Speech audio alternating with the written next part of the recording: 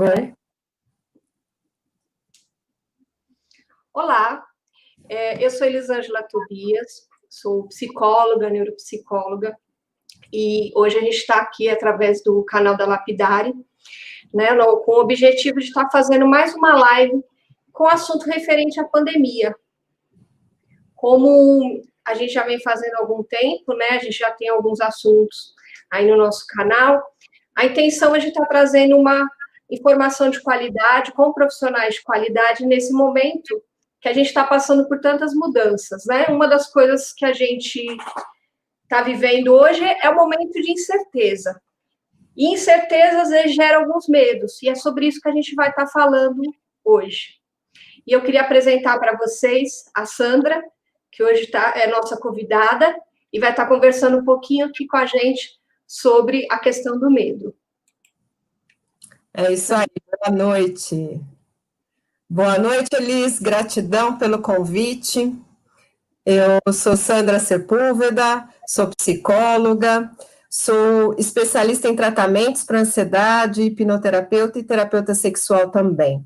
E eu estou aqui não só em meu nome, né, a convite da Elis, mas em nome também da Inês, porque eu e a Inês temos um canal chamado Chega de Medo e Ansiedade. Isso. A gente conhece a Sandra. Acabou de entrar aqui nos comentários. Muito bem, Inês. Está aqui ao vivo, a Inês está lá nos comentários como Chega de Medo e Ansiedade. Isso. A gente vai falar aqui um pouquinho de medo, né? A clínica Lapidare, para quem não conhece, na realidade, a clínica era a antiga Cecília Bellina, onde a gente começou esse trabalho. Eu vim, inclusive, aqui para Belo Horizonte, hoje eu estou em Belo Horizonte, a Sandra está em São Paulo, né? Mas o que eu falo hoje também possibilita a gente estar fazendo esse trabalho juntos, né? Falo que a pandemia também possibilitou coisas boas, né? Então, uma delas é da gente estar aqui conversando e falando um pouquinho sobre o nosso trabalho.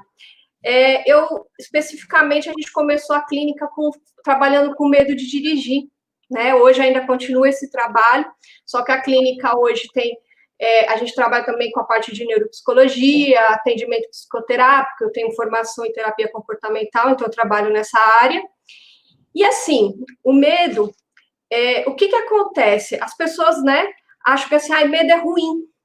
Eu falo assim, quem chega para o consultório, né, muitas vezes, vem quando o medo já está ruim, né? Eu falo que na realidade, esse medo exagerado nem é um medo, é uma fobia, né? Mas o medo também é uma emoção boa e necessária, né? Queria que a Sandra falasse um pouquinho disso e a gente vai conversando no decorrer. E se vocês tiverem algumas perguntas, pode ficar à vontade. Algumas perguntas a gente vai responder no meio do programa e outras a gente vai deixar para o final, tá? Mas fiquem à vontade perguntando. Eu vou começar dando boa noite aqui para o pessoal. Boa noite, Érica. Boa noite, Doro. Boa noite, Débora. A Débora, eu, a Elis e mais a Helene, nós estudamos juntas, né? Então, é muito... Quando a Elis fala, bom, a pandemia trouxe coisas bacanas, tá podendo aqui reunir, né, entre amigas e com algumas funções um pouco diferentes, né? A sua formação, Elis, é diferente um pouco da minha, né? Você foi mais para terapia cognitivo-comportamental, eu fui para a linha mais transpessoal. Mas é bacana porque dá para fazer esse diálogo de coisas comuns, né? Tanto dentro da terapia cognitivo-comportamental, como dentro da questão da transpessoal, e entra também a hipnoterapia, a gente tem o medo como uma das emoções básicas, né? Tem outras emoções básicas, mas o medo é a principal. Por quê? Porque ele gera em nós, e é através do medo é que a gente pode sobreviver aos desafios. É que eu digo sempre, e a gente sempre está dizendo isso no nosso canal, né? O medo, ele serve para desenvolver 3 coisas, basicamente, né? A proteção, que é uma atitude que a gente tem que ter, serve também para a gente desenvolver uma virtude, que é a prudência, e serve para a gente desenvolver um comportamento, que é se precaver, planejar, que aí entram capacidades cognitivas, né, Elis? Você pode dizer isso melhor do que eu, que são capacidades cognitivas ainda mais ampliadas, né, mais sofisticadas. Então, a gente diz também, quando a gente vai estudar antropologia, que o medo nos ajudou no desenvolvimento do nosso cognitivo, do nosso cérebro. Então, é algo muito primitivo, que não é só os humanos que têm, os animais também têm, todos os répteis têm. Então, isso é parte daquilo que nos ajuda, até um certo ponto, né? Porque quando ele está além de nos ajudar a nos planejar, a nos precaver, ele está já nos prejudicando, aí sim é hora de pedir ajuda.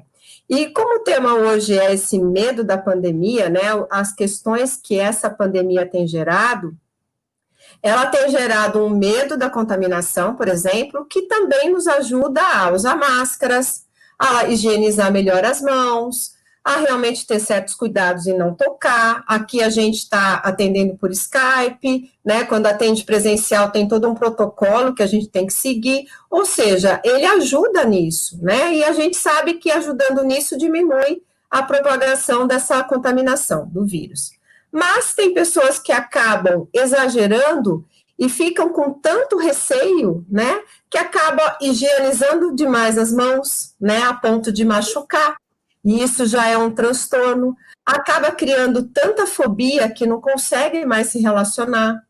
Isso já é um outro transtorno. Acaba criando situações de, meu Deus, tenho que ir no hospital porque aconteceu tal coisa. E a pessoa entra numa crise de pânico lá, com medo, né, imaginando o que pode acontecer.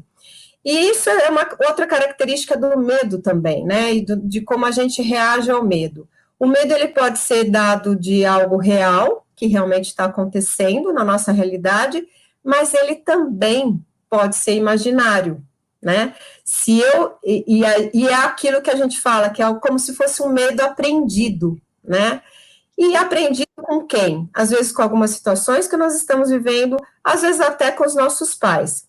Eu não sei como é que é a sua experiência, Elis, na questão específica, por exemplo, do medo de dirigir, mas a gente, enquanto especialistas em transtornos de ansiedade, a gente vê uma série de, assim, dentro da família de pessoas ansiosas. Então, a gente olha para trás e vê pais ansiosos, a gente olha mais para trás e vê avós ansiosos, ou seja, é algo que também é aprendido. Como a pessoa lidava com o medo lá na infância, foi modelado por esses pais, né? Então, acaba criando algumas situações favoráveis, de cuidado, mas situações de, meu Deus, menino, não faz isso, pelo amor de Deus! O que você vai fazer? Quer dizer, você cria medo do medo, né?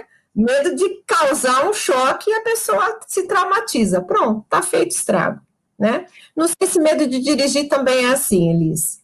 Sim, na verdade, assim, tem várias causas, inclusive eu tenho clientes, eu já tive clientes que têm a família, eu tratei irmãs, filho, mãe e filha, geralmente, né? E isso o medo também pode ser aprendido. O dirigir tem outros componentes que também tem a questão, às vezes, do mau aprendizado, porque tem uma personalidade, às vezes, perfeccionista, né? Então, a gente tem também essas questões, essa questão do que você falou na realidade, o medo é construído, né? Porque às vezes as pessoas acham que o medo é uma coisa assim, eu acordei. E é isso, né? E aprendido muitas vezes desde criança por várias coisas, né? Eu já tratei outras pessoas de outros medos também, de elevador. E é isso que a gente vê muito assim, a pessoa quando ela chega para o atendimento, primeiro que esse medo está gritante, né? Que ele está trazendo um prejuízo muito grande, que já não é um medo que é um medo saudável, né? Aquele medo que eu brinco e falo assim, se a gente não tivesse medo, a gente já sai voando por aí. Porque é legal voar, a gente vai para parque de diversão para ter a sensação de velocidade, de coisa. Então a gente faria algumas coisas, então ele faz parte do nosso instinto de sobrevivência, né? Dentro da psicologia comportamental, tem essa questão da evolução, e é uma das primeiras coisas, né? Que a gente até fala assim, o medroso sobreviveu, o cara que se arriscou muito, né? Acabou, às vezes, não estando aqui para contar a história.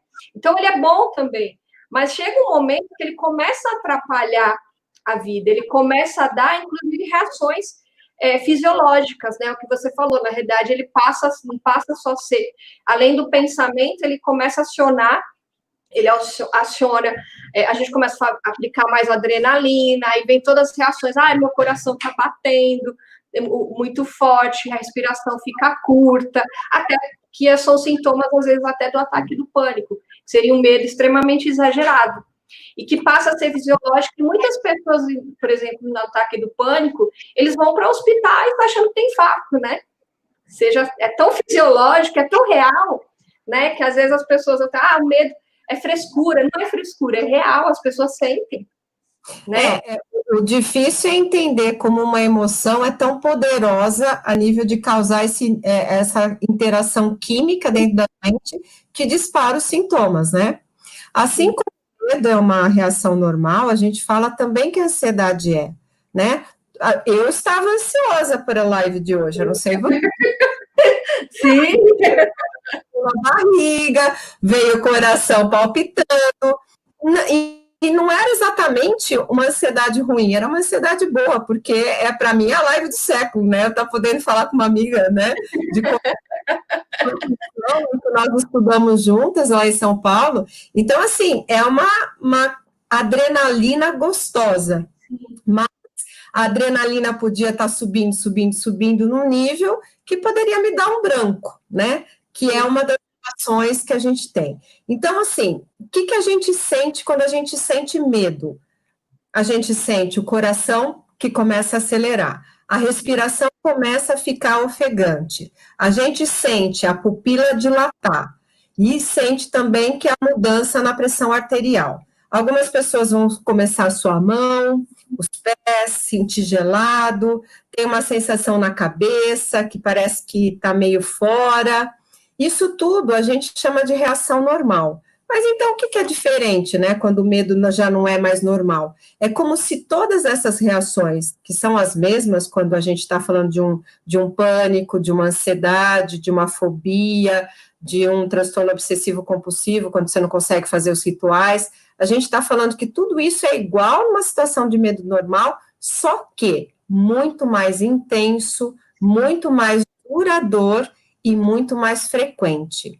O medo normal eu encontro de repente, como aconteceu há pouco tempo na minha casa, um escorpião.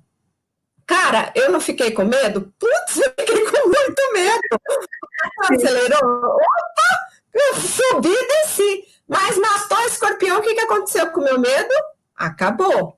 Agora, se eu me traumatizo, se aquilo é uma situação muito complicada para mim, eu não consigo lidar com aquilo, eu saio correndo, voando, deixo o escorpião. Toda vez que eu entrasse naquele ambiente do escorpião, eu ia ter a sensação que aquilo estava povoado de escorpião. Aí, só de falar do escorpião, eu já não conseguiria pensar nisso. Isso já é um quadro que está além do evento, né? E está muito intensificado. Está para fora daquilo que foi o real e já está no campo imaginativo. Então, a gente já está falando realmente de um quadro que pode ser um quadro fóbico. E como que a gente sabe se a gente está dentro de algo que, ok, eu consigo lidar ou não? Eu preciso realmente buscar ajuda, porque a gente já está falando de algo que está patológico, né? O que a Elisa acabou de dizer há pouco tempo atrás. Está atrapalhando a vida? Está causando prejuízo? Você está deixando de, por exemplo, sair com os amigos, está deixando de curtir, está deixando de frequentar alguns lugares, está deixando de se apresentar, de concorrer a uma profissão, está deixando de dirigir, está deixando de sair de casa com todos os cuidados no momento. Quer dizer, quando ele começa a trazer alguns prejuízos, aí sim você precisa buscar ajuda. E quanto antes você buscar ajuda, mais fácil é. Porque senão tem uma tendência, a gente diz assim, né? O medo, a ansiedade, que é o medo do futuro, ele tem a tendência a evoluir, mas não numa evolução bacana, ele tem a tendência a piorar. Então, vai ficando cada vez mais crônico, que a gente chama.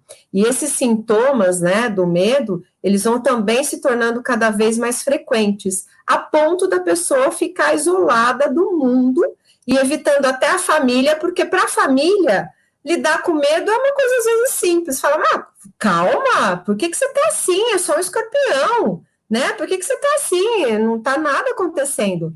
Mas para quem está sofrendo, realmente não é tão simples assim. Muito pelo contrário. Quanto mais a pessoa se expõe à situação que está causando prejuízo, pior ela fica, porque ela não tem recursos para lidar com aquilo, né? Então, o meu trabalho, o trabalho da Inês, o trabalho seu também, né, Elis, é criar recursos para a pessoa a lidar com essa parte num equilíbrio, né? Sabendo que o medo vai ser normal, é o que eu brinco, né? Quando eu tratei algumas fobias de aranha, né? E eu digo assim para as pessoas: não é que você vai tratar a sua fobia, né? Que não posso nem pensar em aranha, né? Tinha uma pessoa que não podia nem falar o nome aranha. Não é que você vai poder falar aranha, você vai ver uma aranha, você vai querer ter uma aranha de estimação, não é? Não é assim, né? Aranha, como você lida com qualquer outro tipo de inseto que você não tem esse horror, né? Ou seja, é uma aranha pequena? Ok, deixa passar. Ah, não, é uma aranha grande, não é legal deixar. Então eu vou lá, mato e escolho se eu vou tratar com uma chinelada, com um inseticida, ou seja, né? Eu crio condições de lidar com aquilo, né? Por quê? Porque é uma aranha, a gente não está falando de um quarto infestado de aranha, né? Tem gente que tem medo, por exemplo, de formiga. Ok, se você está dentro de um formigueiro, tem açúcar. Mas se você está com uma formiguinha, né, é uma coisa desproporcional, né, exagerada. Eu até... Tem algumas coisas... Oi? A gente já tem algumas perguntas. Eu tenho uns comentários, eu estou vendo aqui algumas ex-clientes minhas, aqui até falando desse enfrentamento, a gente depois vai falar um pouquinho de como lidar também com esse medo, né? Mas, assim, essa questão que você falou, a gente não está aqui para acabar com o medo, na realidade, algumas coisas a gente precisa ter medo, eu brinco até com as minhas clientes, falo assim, você precisa ter um pouco de medo de dirigir, senão você vai sair por aqui andando a 220 por hora, vai pegar, não vai parar num sinal de trânsito. Então, o medo, ele é saudável. Mas o problema é a fobia. O problema é quando ela estava paralisada, que ela entrava no carro e começava a sofrer. É o que você falou, começava a ter um esquecimento, começava a dar sudorese, perna tremendo. Como que vai controlar? E ainda mais o medo de desempenho, que é o dirigir, né? Como que eu vou lidar com isso, com todas essas reações fisiológicas? Realmente fica incapacitado, né? A pessoa fica... E aí... tem um prejuízo muito grande, né? Eu deixo de ir a um evento social, eu deixo de fazer, eu deixo de estar fazendo algumas coisas que eu gostaria de fazer porque eu não estou dirigindo, porque eu não posso, perco empregos, como tem pessoas que às vezes perdem empregos, trabalho por causa da questão do dirigir. E aí, assim, hoje, né, até pensando nessa questão da pandemia, tem alguns medos exagerados que estão fazendo com que realmente desenvolva algumas fobias, né? A fobia social, porque a pessoa já começa a deixar de ter contato com as pessoas, que é o que a gente sempre fala, isolamento social não é isolamento afetivo, né? A gente pode estar tendo vários contatos, isso é uma coisa. A fobia social, ou agorafobia, que é a fobia de sair de casa, de estar, né, começa a se fechar nesse mundo e começa isso a ser reforçado. E as obsessões, né, o transtorno obsessivo compulsivo, que é o que você falou um pouquinho a lavar a mão. A gente tem limpeza, né, tem que limpar. Na realidade, hoje é uma operação de guerra no supermercado. Chega em casa, lava não sei o quê. Só que a gente tem que tomar cuidado o quanto que essa limpeza não traz prejuízo. Eu chegar em casa, realmente lavar os alimentos, colocar, né, fazer uma higienização correta, é importante, né, principalmente nesse momento. O problema quando isso ele se torna prejudicial. Eu tenho que lavar, depois eu passo álcool, depois eu faço outra coisa, e a coisa fica tão excessiva que às vezes a pessoa tem um prejuízo muito maior, né? Eu tô cansado, eu perdi meu tempo com isso, e depois vem o problema assim, como que a gente também sente esse prejuízo? Porque vem uma culpa, né? Por que eu tô fazendo isso? Por que eu tive essa reação? Uma culpa e uma raiva da gente mesmo que não conseguiu se impedir de fazer algo que a gente sabe, no fundo, que é desnecessário ou que é repetitivo, né? Sim. Né? E aí começam outros problemas, né? Que aí a pessoa começa a desgostar de si, né? Toda vez que a gente tem culpa é que a gente fez algo errado. E se a gente tá com raiva da gente, a gente vai para um castigo, né? Que é a sabotagem. E aí a gente começa a ficar com raiva da gente, a gostar menos da gente, e aí acontece o fenômeno de a nossa autoconfiança ser diminuída. Quanto menos autoconfiante nós somos, ou seja, quanto menos a gente confia na nossa capacidade, né, vai abaixando a confiança na nossa capacidade, o medo vai crescendo. E aí a gente vai na contramão da solução, né? E aí a gente está com dois problemas, porque a gente já não confia mais na nossa capacidade, e aí a gente pensa, não tem jeito mesmo, eu não tenho solução, e muitas vezes a gente recebe essas pessoas realmente destruídas emocionalmente, né, Elis? Totalmente perdidas, né? Sem acreditar em si, e como não acredita em si, acha que a solução vai vir de nós, né, enquanto profissionais da saúde mental. E a gente sabe que a gente faz 50%, né? Os outros 50% também depende da pessoa. Depende de cumprir algumas coisas, depende de realmente ela se propor a enfrentar aquilo que ela está vivendo, porque às vezes é muito mais fácil só tomar uma medicação e fingir que aquilo não existe, né? Evitar aquilo, fingir que aquilo não existe, mas no fundo, a pessoa sabe que ela está negando a si mesma, né, a vida e está só sobrevivendo e não realmente aproveitando tudo que ela pode fazer, né? Eu tenho visto, com relação à pandemia, né, alguns medos que acabam disparando bastante esses quadros de ansiedade, especialmente das crises, né, que são as crises que acabam levando as pessoas para o pronto-socorro, né, que é o medo realmente de perder, né, perder o emprego, perder alguém da família, perder a saúde. Então, o medo da perda está sendo uma coisa muito, muito grande. E a gente sempre está orientando as pessoas que cuidado, né? Cuidado, porque a gente está imerso na rede, né? Nessa rede social, nas mídias, e faz parte das mídias ampliar aquilo, né? Deixar aquilo bem catastrófico. E a gente sabe que da ansiedade, nas fobias, ou seja, em qualquer transtorno da ansiedade, a gente realmente tem pensamentos catastróficos. Aí a gente já está mobilizada no negativismo, no pessimismo, nesse pensamento do que pior pode acontecer. Você liga uma reportagem, aí você vê, pô, não sei o que lá.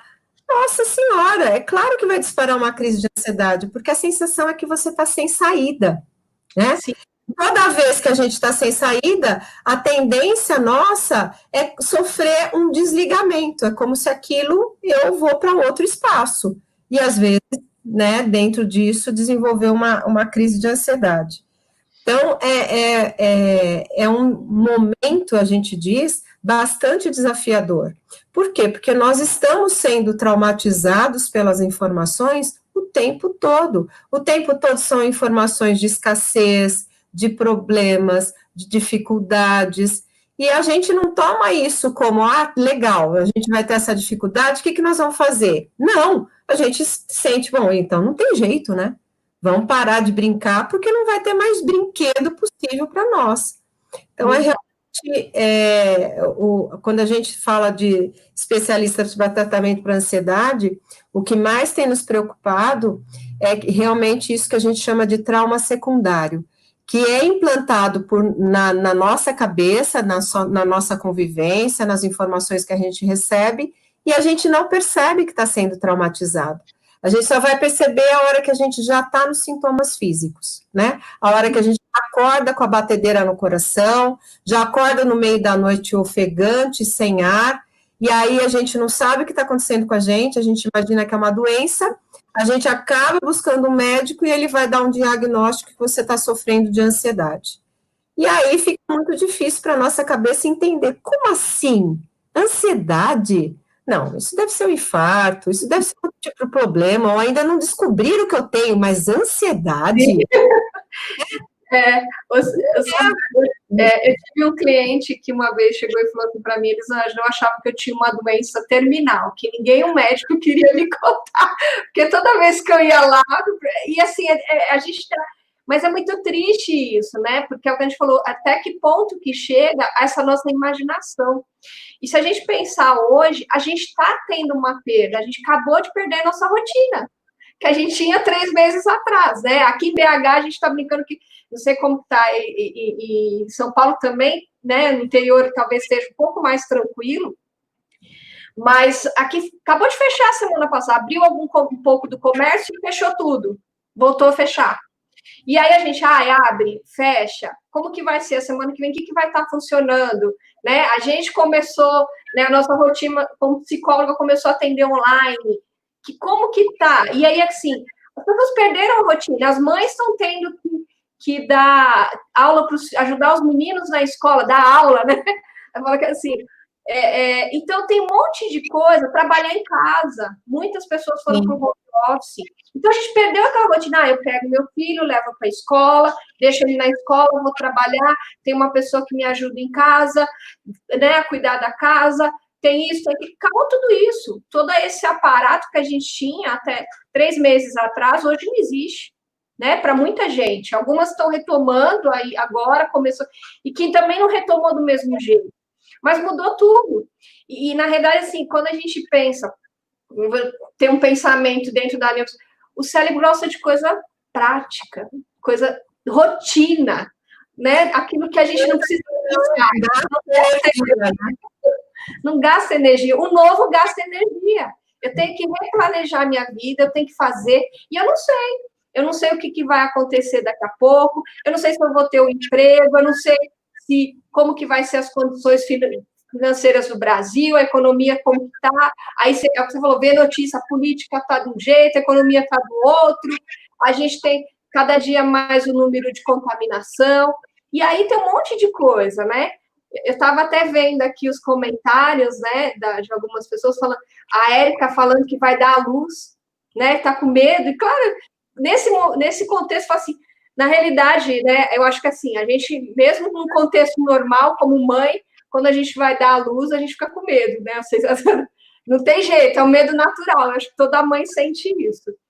E aí, nesse contexto, né, então, tem fatores que vão ajudar o medo, vai estar um pouquinho maior, sim, e que a gente vive com situações de medo. Por quê? Porque é novo. O que vai acontecer? Né? Como que vai ser? Como que eu vou para o hospital, vou fazer isso, como que vai ser lá? A gente não sabe. E ainda a gente está num contexto que hoje a gente não tem muita certeza. Volta da história, a gente está num momento de certezas. E estamos aprendendo um monte de coisa, né? Eu diria para ela, né? Quanto maior a situação, né, de perigo ou de medo, mais cuidado a gente tem que estar. Por isso que a gente falou que o medo desenvolve precaução, proteção, prudência. É para isso que serve, né? Para a gente realmente preservar a nossa vida, que é aquilo que a gente tem de maior validade, né? Então, tá com medo? Ok, se proteja, né? Mas não evite. Começou a evitar, isso é sinal que você está dando voz demais para aquilo que você está imaginando. Parte de toda essa construção não é real, não é fato, né?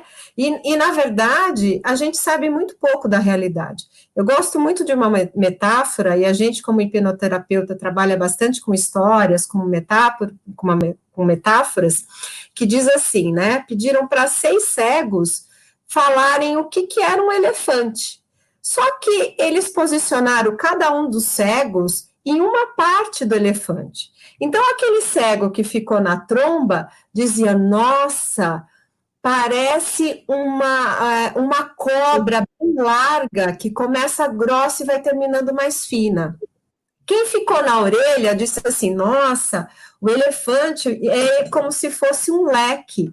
Daí aquele que estava na pata do elefante diz, não, parece uma coluna muito firme. O que estava no rabo disse, não, é como se fosse um espanador. Ou seja, a realidade é tida por nós por vários ângulos, né? Cada um vai enxergar aquilo que compete. E, infelizmente, na atualidade, nós sabemos, como sempre aconteceu, que as informações são manipuladas. Então, o que acontece, por exemplo, aqui em Indaiatuba, que é onde eu estou, tá?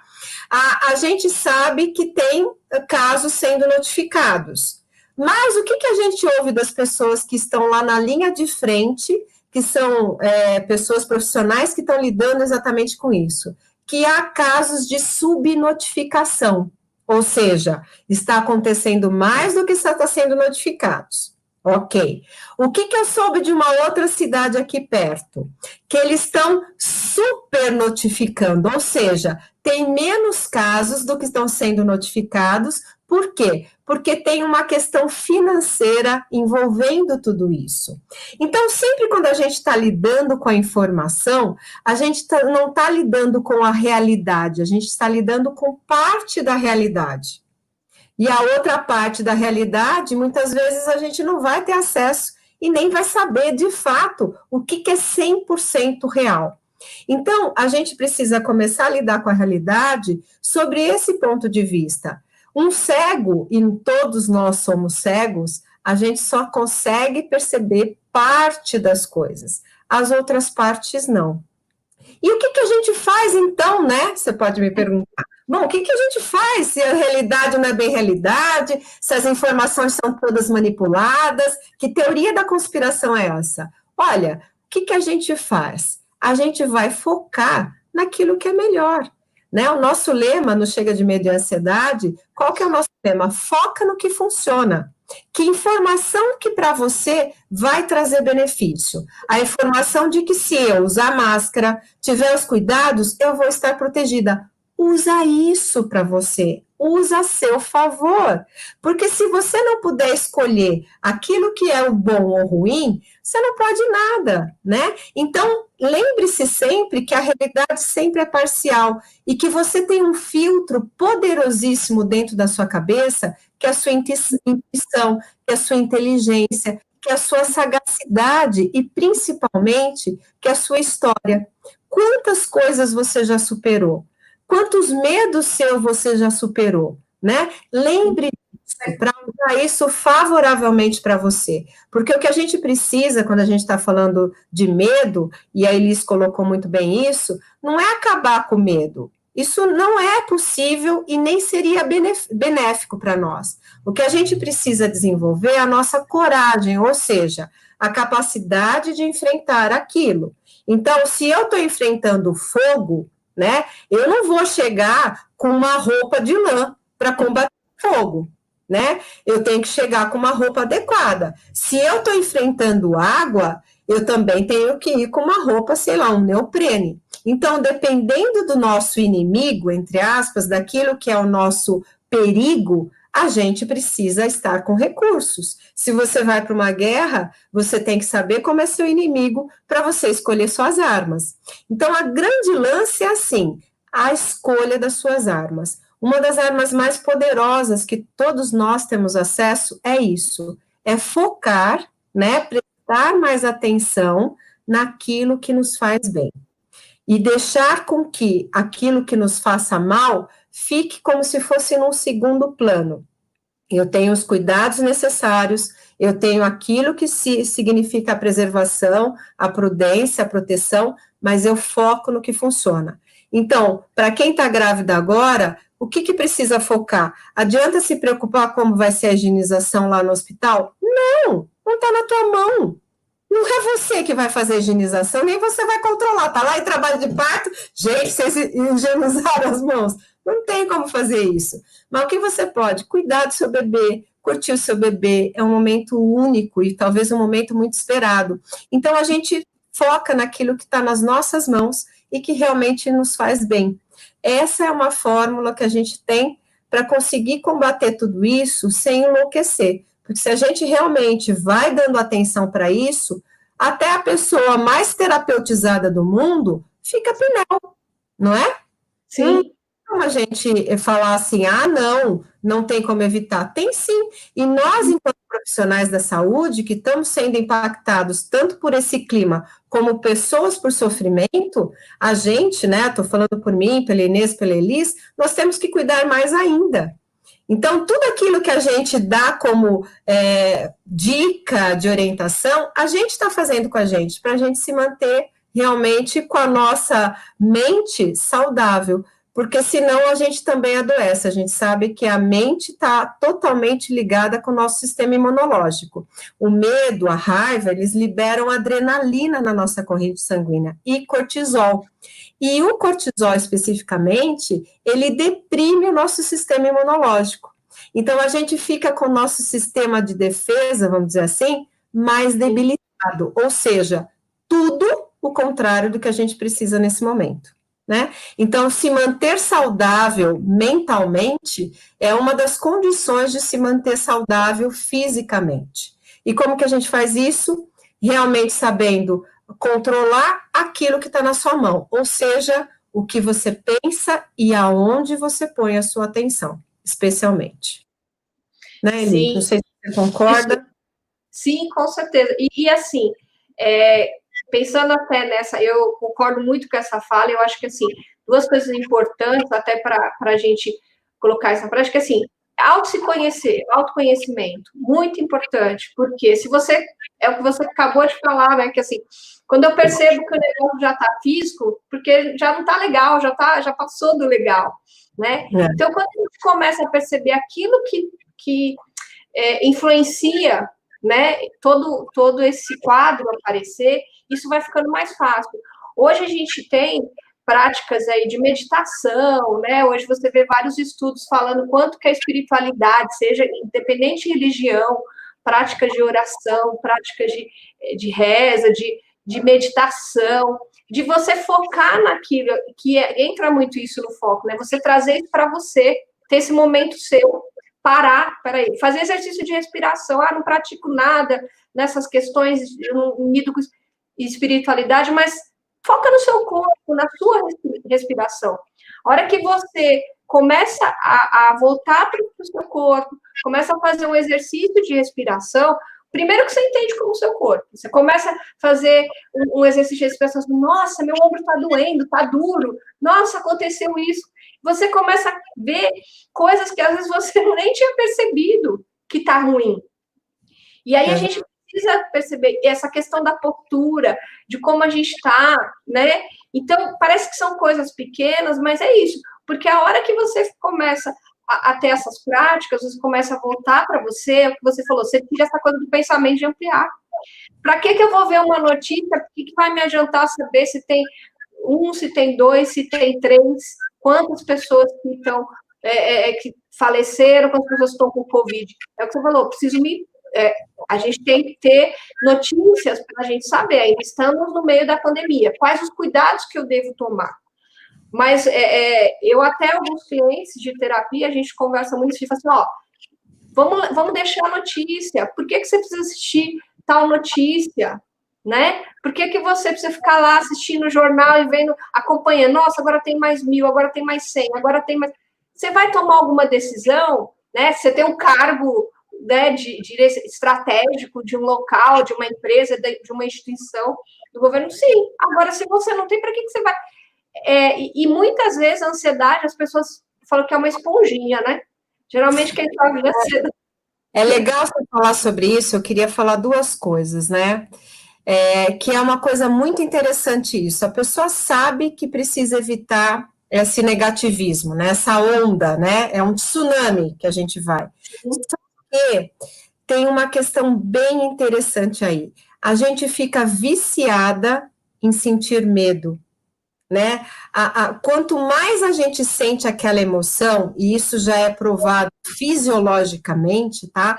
Quanto mais a gente sente, por exemplo, alegria, que é uma emoção básica também, ou quanto mais a gente sente medo, mais raiva, quando as células se reproduzem, elas ficam com mais terminais para receber aquela química da alegria, da tristeza, do medo, da raiva, não importa. Então, sempre quando a célula tem mais portas para receber aquela química, ela precisa de um aporte maior daquela química. Então, a gente que tem raiva fica viciada na raiva. Quem tem medo fica viciado no medo. Por isso que parece que fica buscando situações para sentir mais medo. Porque o seu corpo tem terminais, na maior parte das células, que estão para receber essa quantidade de química. Então, se torna um vício mesmo. E por isso que a gente precisa lidar com a questão dessas emoções, especificamente do medo que a gente está conversando hoje, com várias medidas, né? A gente brinca assim, não é para você fazer uma coisa, você tem que fazer um combo, né? Há alguns dias atrás, eu e a Inês lançamos uma série que se chama Série Controle da Ansiedade, 15 técnicas naturais. Dentro dessas técnicas, Elis, a gente falou sobre a respiração, como é a respiração calmante, como que você faz o passo a passo. Nós falamos sobre a meditação, sobre o relaxamento. Tudo isso, né, são 15, eu falei só 3, são várias técnicas simples que a gente tem que incluir.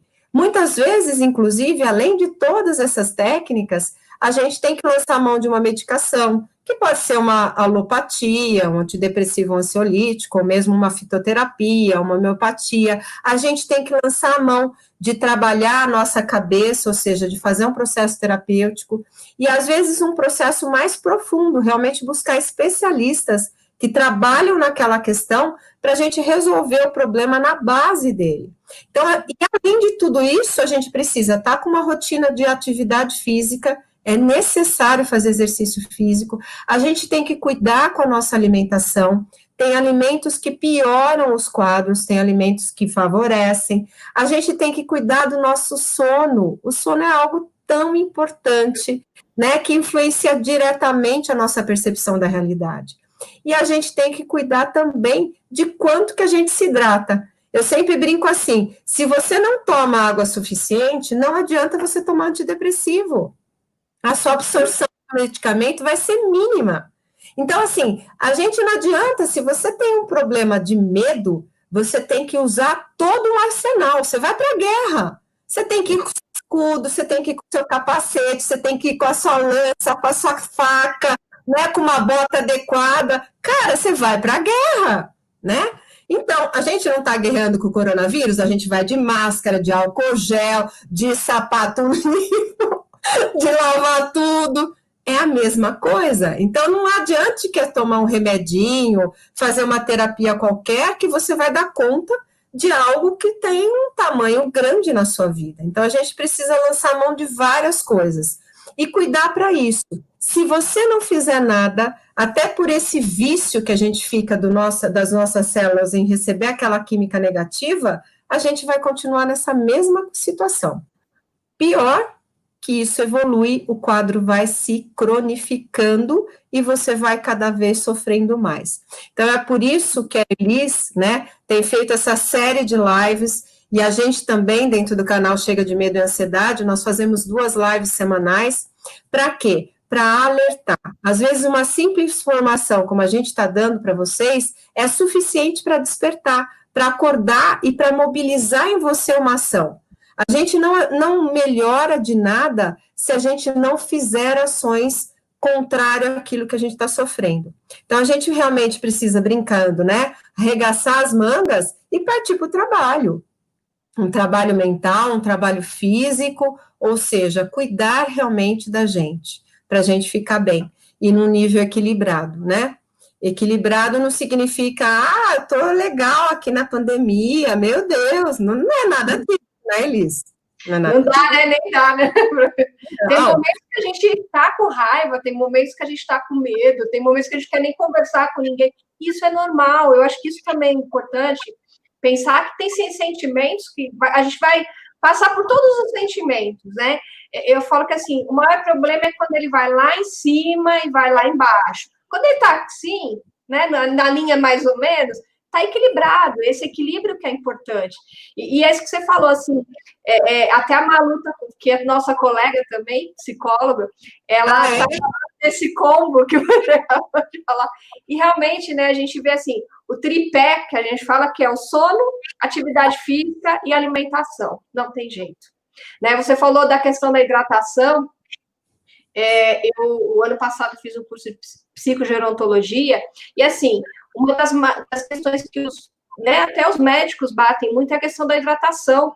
O quanto que no envelhecimento a falta de hidratação interfere muito muito, muito, muito, né? De pessoas, de você pegar quadros assim, chegar lá, a pessoa só está desidratada, um quadro grave, né? Então, assim, o quanto que isso é importante. Na realidade, o nosso corpo envelhecendo, ele sente menos vontade de tomar água, né? A gente ativa o centro da sede no nosso cérebro, né? E aí E é é... Pode falar, desculpa, Elis. E aí parece que é contraditório, né? A gente sente menos sede, então a gente precisa, e ao contrário, a gente precisa. Né? Então são coisas. A gente se adapta muito fácil às coisas ruins. Por isso que a gente permite que o sofrimento tome tanto tempo da nossa vida. Se a gente tivesse uma capacidade de adaptação tão rápida e tão fácil, parte dos problemas não aconteceriam, né? E eu brinco com as pessoas, né? Eu fiz uma live na terça-feira agora, e até na live eu falei isso. Infelizmente, o médico, o psiquiatra que vai prescrever antidepressivo e ansiolítico, não põe assim, um Rivotril à noite, 15 minutos antes de você dormir. Aí ele põe, pela manhã, tomar uma fluoxetina. E, ao longo do dia, tome 2 copos de água de manhã, 3 copos de água à tarde, e mais 2 copos de água. Nenhum médico faz isso. Só que tinha que ter. Isso eu estou fazendo pouco, né? Porque 2 copos, mais 3, mais 2, não dá a quantidade de água suficiente para a gente estar realmente hidratado. E o nosso cérebro, né? As nossas células, elas ficam como se fosse dentro de um grande piscinão. 70% do nosso corpo é líquido. Ou seja, a gente precisa realmente estar com uma ingestão de água muito grande para a gente estar limpando as toxinas, inclusive que vem de todas as coisas que são erradas que a gente come e que estão na nossa alimentação e que a gente nem sabe que tá, né? E isso influencia a nossa ansiedade, o nosso medo, as nossas emoções e, inclusive, aquilo que a gente pensa. Sim, inclusive assim, BH é bem seco essa época, né? Então, o pessoal de BH, lembrar de tomar água é primordial, né? A Malu está até comentando aqui que o idoso, principalmente, a falta de água, às vezes leva a confusão mental, dificultando, inclusive, um diagnóstico, né? Quando você vai trabalhar com demência, aí você fala assim, mas o que está acontecendo? Como ele chega, o que a gente falou, o médico também. E aí você vê uma coisa simples, né? Que se a gente pensar é simples, é básica. E muitas vezes está esquecendo do básico, né? O sono, quantas alterações de sono que está acontecendo nesse momento, né? Hoje você já tem várias discussões aí em relação ao sono, de estar, né? Ou pessoas dormindo demais, ou as pessoas dormindo menos, com alteração, com pesadelos, né? Porque também mudou nossa rotina. Volta na história, mudou a rotina, né? Nosso corpo está diferente. Outra coisa, né, Elis? A maioria das pessoas que estão aqui com a gente, né, são mulheres, né? Eu acho que é importante a gente acrescentar uma questão que, inclusive, influencia o medo, a ansiedade, o sono, né? A nossa foco de atenção, que são os hormônios femininos, né? Nós mulheres, na fase adulta, né, seja por praticamente 40 anos da nossa vida, nós estamos imersas nas questões hormonais. Sobe ou desce de estrogênio, progesterona, e isso impacta diretamente, inclusive, a nossa força física, a nossa capacidade de concentração, o nosso sono, as nossas habilidades, a nossa autoestima. Então, assim, mulher precisa saber, né? E eu, como terapeuta sexual, eu gosto muito de bater nessa tecla, em que período hormonal você está, criatura? Porque se você está no período ovulatório, você funciona de um jeito, a sua cabeça funciona de um jeito, o seu sono funciona de um jeito, inclusive seu apetite, né? Agora, se você está na fase pré-ovulatória, é outra mulher. Se você está na fase pré-menstrual, é outra. E se você está na fase menstrual, outra ainda. Quer dizer, antes de você tomar qualquer decisão, saiba em que período você está, porque você vai perceber que você tem comportamentos que você tem na TPM que você não tem na fase da ovulação. E vice-versa, né? Então, cuide disso também. E se você tem um parceiro, uma parceira, enfim, se você convive com algumas pessoas, notifique ela. Gente, estou na TPM, cuidado comigo, né?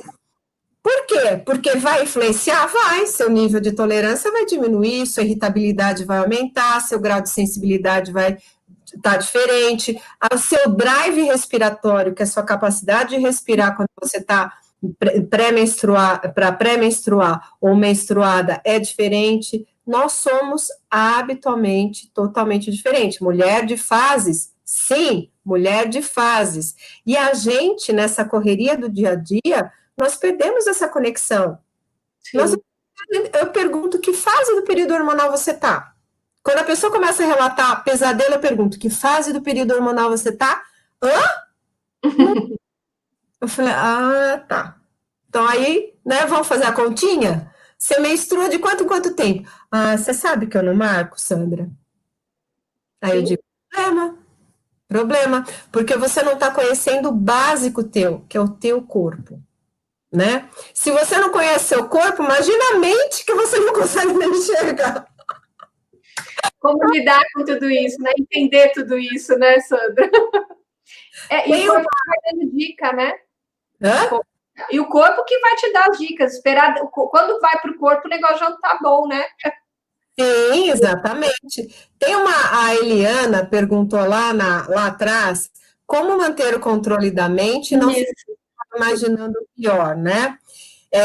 A gente já falou parte disso, né, de certa maneira, mas quando a gente falou de focar nas coisas, né, de escolher aquilo que você vai deixar entrar dentro de você, agora percebendo em que período hormonal você está, e também a questão da gratidão, da meditação, da respiração, é importante também, quando a gente tem desafios grandes, a gente lidar com esses desafios grandes por parte. Como é que funcionaria isso, né? Vou dar um exemplo para ficar mais claro, que às vezes é mais fácil para nós. Nós temos um canal no Telegram, nem sei se vocês também têm um canal no Telegram, né, Elis? Funciona como WhatsApp, e a gente consegue estar presente todos os dias. Então, a gente tem pessoas que nos seguem no Telegram, e num dia desses, quando eu estava fazendo 100 dias, praticamente, da pandemia, eu gravei um áudio, a gente vai se revezando, eu e a Inês, né? Um dia ela grava, outro dia eu gravo, e eu dizia nesse áudio o seguinte: se me dissessem que eu ia ficar 100 dias, né? 3 meses e mais 10 dias, em casa, com a minha filha, sem aula, que os cursos que eu ia fazer, não ia fazer, que eu não ia conseguir atender, que a gente ia sair na rua e ia ver todo mundo de máscara, que os hospitais estariam apinhalados, que ia aumentar imensamente o número de pessoas que estavam sofrendo com todos esses problemas que nós estamos dizendo, eu diria, eu não vou dar conta. Que eu ia ficar sem pessoa para me ajudar em casa, então eu ia ter que lavar, passar, cuidar da filha, atender, ser professora, né? Continuar tudo, cuidar de pets, de ansiedade de pet, de tudo mais. Eu ia falar, eu não vou dar conta, por favor, tem outro plano para mim, porque eu não vou conseguir, né? Mas, o que aconteceu? Hoje a gente já está indo para 120 dias, né? E como que a gente conseguiu lidar com esse prazo todo? Dia a dia. Ou seja, eu gosto muito do lema dos Alcoólicos Anônimos, só por hoje. Então, uma grande dica para a gente realmente ter esse enfrentamento, acionar a coragem na gente, é lidar por partes. Ou seja, se são 100, se são 10 anos, não importa. A gente vai lidar com aquilo dia a dia. 24 horas por 24 horas. Só por hoje eu consigo me manter dona de casa, trabalhadora, professora, lá, né? Amanhã pertence a quem? Ao amanhã. Então, é aqui e agora, momento presente, cuidar do dia de hoje. Eu tenho que ter um planejamento? Tenho, mas é um planejamento que tem que ser flexível, porque a gente não pode ficar rígido, senão a gente não tem plano B, plano C, e aí a gente está frito, né? A gente tem que ter um planejamento, tem que ter grandes metas, mas também tem que lidar com essas metas no dia a dia, pouco a pouco, que aí sim, né, a gente consegue sustentar uma situação que parece grande, pesada demais, quando a gente divide ela por partes. Isso, inclusive, é uma das técnicas que a gente ensina nessa série que eu acabei de falar do controle da ansiedade, né? É a técnica do gigante com os anõezinhos. Então, a gente transforma o gigante em alguns anõezinhos. Você estava falando aí, eu estou lembrando muito do que a gente também usa aqui no meio de dirigir, que na realidade, eu falo que assim, uma característica muitas vezes das pessoas é querer fazer primeiro o mais difícil e depois o mais fácil. Porque tem aquele pensamento assim, se eu conseguir fazer o mais difícil, eu dou conta de tudo.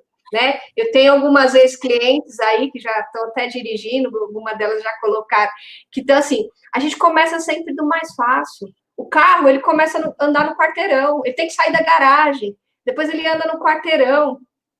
Então, você tem que fazer, é o que você falou, aproximações sucessivas daquele objetivo maior. Porque às vezes a gente não dá conta, a gente às vezes olha o monstro, né? Ele é muito grande. A gente vai assim, vamos cortar uma cabeça de cada vez, o monstro de 7 cabeças. Aí ela fala, hoje eu consegui uma cabeça. E é justamente isso. E é cada dia. E outra, eu acho que uma coisa também importante da gente comemorar isso que a gente conseguiu fazer. Porque muitas vezes fica só naquela coisa, tá faltando isso. A montanha eu estou subindo, mas olha lá o topo da montanha. E na verdade a gente andou um montão já. Olha quantas coisas que a gente fez. Eu falo muito isso, gente, se vocês já chegaram para enfrentar, eu acho que o medo, né? Algumas até colocam assim, é muito difícil viver com medo. Eu já vi. Primeira coisa que a gente precisa é reconhecer. Porque isso é muito difícil falar assim, pô, sou uma mulher, eu dou conta de tanta coisa, né? Você falou, quanta coisa que a gente faz, né? Quantos medos que eu já enfrentei, mas aí aquele que parece ser um medinho, a gente tá grande demais para mim, né? Tá muito grande. Por que eu tenho que pegar isso daqui? Todo mundo faz, né? A gente ouve isso muito aqui no carro. Mas todo mundo dirige, né? Como para mim é isso? Eu tinha uma cliente que a gente medo de elevador. Por que todo mundo anda no elevador e eu não consigo entrar no elevador, que é uma coisa simples, Sim. Né? As pessoas andam de avião e eu não consigo sentar no avião e ser tranquilo. Né? Então, parece que é uma coisa assim, porque todo mundo faz e eu não dou conta. É o que você falou, mexe com a autoestima da pessoa. Então, a gente também tem que, eu falo que assim, comemorar a vitória. Olha, hoje eu consegui fazer isso. Hoje eu dei conta de fazer aquilo que eu não fazia ontem. Sim. Né? Eu estou com medo de aranha, eu estou olhando para a aranha hoje. Olha, eu não olhava nem para a aranha. Então, assim, é comemorar cada pequena coisa que deu conta, né? Essa coisa de agradecer, de estar grato. E realmente a gente está vivendo num momento hoje, né? Se a gente pensar na pandemia, é aqui agora. Não tem como. Você planeja a sua semana? Eu brinquei com você, eu falei assim, aqui em BH a gente planeja semana a semana. Sexta-feira vem o prefeito e fala, abriu. Não, fechou. O que dá para fazer? O que dá para a gente conseguir fazer? A gente não teve como planejar. E aí foi aprendendo. Cada dia, a cada momento, né? E a gente aprende, né? Eu brinco com algumas clientes minhas de terapia, eu falei assim, olha, intensivão do aqui agora. Eu falo que, olha aqui, ó, a gente ficou tempo na terapia. Vou usar, tá? Vem do intensivão daqui agora. Não teve nem que você fica conversando. Aí eu falo assim, bem, quem tem ansiedade, a gente fica trabalhando isso, né, Sandra? A gente sabe. E aí você fala assim, não teve jeito. Eu falei, tá vendo? Você tá no intensivão, vamos lá. Agora a gente. Por algum motivo a gente está vivendo essa fase aqui, né? Eu não sei qual é. Talvez a gente nunca saiba, talvez a gente saiba. O fato é que a gente está aqui. O que nós vamos fazer, né? Vamos aprender alguma coisa no mínimo, né? E você fala essa questão do celebrar, né? A gente usa muito de celebrar. Isso é fundamental, fundamental. E é impressionante, porque quando a gente tem filho pequeno, a gente está o tempo todo celebrando com eles. Olha, bateu palminha! Olha, a gente está o tempo... E eles se desenvolvem uma maravilha. Mas acontece algo nesse percurso do nosso desenvolvimento que a gente esquece. E aí a gente entra na fase da adolescência e vira super crítico. A gente começa a olhar o dálmata só as pintas pretas dele. E a gente segue fazendo isso. Então é como se a gente só se desse o direito de comemorar quando está no resultado final. E aí a gente perde muita coisa. Por quê? Porque toda vez que você celebra, você comemora, você está aumentando a sua autoconfiança, está aumentando o seu amor próprio, ou seja, o próximo passo vai ser mais fácil do que os anteriores, porque você tem mais energia, você tem mais recursos, você tem mais habilidades, como você bem disse, reconhecidas, ou seja, eu me aproprio daquilo. Eu digo para mim mesma, quando eu estou celebrando, eu consegui. E isso vira uma crença fortalecedora, né? Que é a gente precisa diante daquilo que a gente precisa desenvolver, que é a coragem. Ok, vai ser difícil? Vai. Vão ser 120 dias fodidos, com perdão da palavra? Vai, mas eu consigo. Sim. E a gente sabe que uma hora isso vai passar, né? A gente não sabe quando, mas a gente tem. Eu falo assim, a gente sabe que isso vai passar, né? É uma fase transitória, assim, que a gente está vivendo. Então, isso também, eu falo que lembrar disso, né? Esperança, porque também assim, vai ser sempre assim. E outra, quantas coisas boas que neste momento a gente não está vivendo? Tem muita coisa boa, né? Então, a gente também tem. A nossa live, a gente conseguiu possibilitar. Sim, né, com certeza. E viver isso, é o que você falou, vivenciar essas coisas boas também, porque é o que a gente falou, volta no foco nessas coisas, não no foco do que a gente não tem controle, né? Sandra, eu estava vendo aqui algumas perguntas, que eu acho que o tempo a gente já está extrapolando, aí o pessoal já deve estar cansado também. Mas eu falo demais, Elis. Eu falo demais, você tem que me controlar. Fala, né? Não tem problema. Eu estou vendo uma pergunta aqui da Malu, que eu acho que as outras a gente foi falando no decorrer, que ela colocou a transformação hormonal em menor escala, influencia a vida sexual do homem também, Sandra? Onde que ela colocou isso?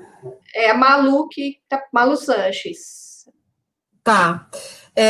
Influencia sim, porque, por exemplo, o processo de ansiedade, ele gera, assim como o medo de dirigir é uma ansiedade por desempenho, a questão sexual também gera uma ansiedade por desempenho, né? Então, ele vai para essa questão. Agora, hormonalmente, aquela história de que o homem entrava na andropausa, isso não existe, tá? Isso é mito. A mulher entra na menopausa, que realmente é a falência dos hormônios? Sim, entra, né? E realmente tem hormônios que são zerados. E a testosterona é reduzida pela metade. Então, influencia sim. Agora, o homem, ele continua ao longo da vida dele com a questão hormonal dentro dos mesmos quadros, dentro da curva normal, ou seja, ele tem uma redução, mas é uma redução ainda que está no nível da normalidade. Então, a andropausa é um termo que a gente usa quando existe uma patologia, tá? E o homem, ele tem, por exemplo, pico de só um hormônio que é a testosterona, que é só às 8 horas da manhã. Depois ele fica com um hormônio praticamente igual na corrente sanguínea. Então, essas alterações que a gente tem enquanto mulher, os homens não têm nem ao longo do dia e nem ao longo do mês. E nem ao longo da vida, né? Então, esse sobe e desce da nossa condição de fêmea, né? Da nossa condição de realmente mulher. Eu não sei se eu respondi exatamente o que ela me perguntou. Se você estiver aqui com a gente ainda, Malu, dá um ok para a gente se a sua pergunta, né? Porque quando você falou transformação hormonal do homem, eu não sei se você estava se referindo a essa questão da andropausa ou é outra transformação que você está falando que eu não soube captar, tá? Se você também quiser depois, como a gente já está encerrando a live, vai no nosso canal e você pode mandar um direct para a gente, um message. A gente também está no YouTube, como Chega de Medo e Ansiedade. Nós temos o site, tem o Facebook, tem o Instagram, tem o LinkedIn. Então, assim, em alguma das redes você consegue nos acionar e se tiver mais coisa para poder complementar, você fique à vontade, tá? Aí a gente vai se conversando. Se não tiver tudo ok, já respondi, tá bom. Isso. Sandra, tem vários comentários aqui agradecendo, falando que gostou, até falaram que não estão cansados, a gente falou que a gente já está, mas está gostando da live, mas a gente também precisa estar encerrando. Dá para a gente fazer mais lives, né? Pode deixar que a gente vai agendar aí mais outros temas. Se vocês quiserem, vocês podem estar mandando para a gente alguns temas, né? Sugestões de temas. Com certeza eu ficarei muito feliz de participar, que a Sandra participe novamente aqui com a gente. Tá? A intenção é essa. Isso, só marcar, tô dentro, conta comigo.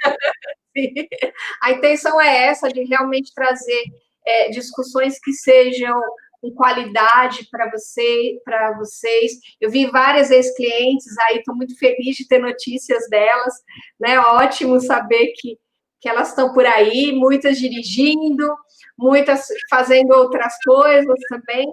E é isso que a gente falou, até porque quando a gente enfrenta o medo, ele é libertador também, né? Então, acho que isso é muito importante. Qualquer que seja o medo, é muito importante a gente enfrentar e lembrar disso que você falou. A gente pode ter medo e coragem juntos, as duas caminham juntos, né?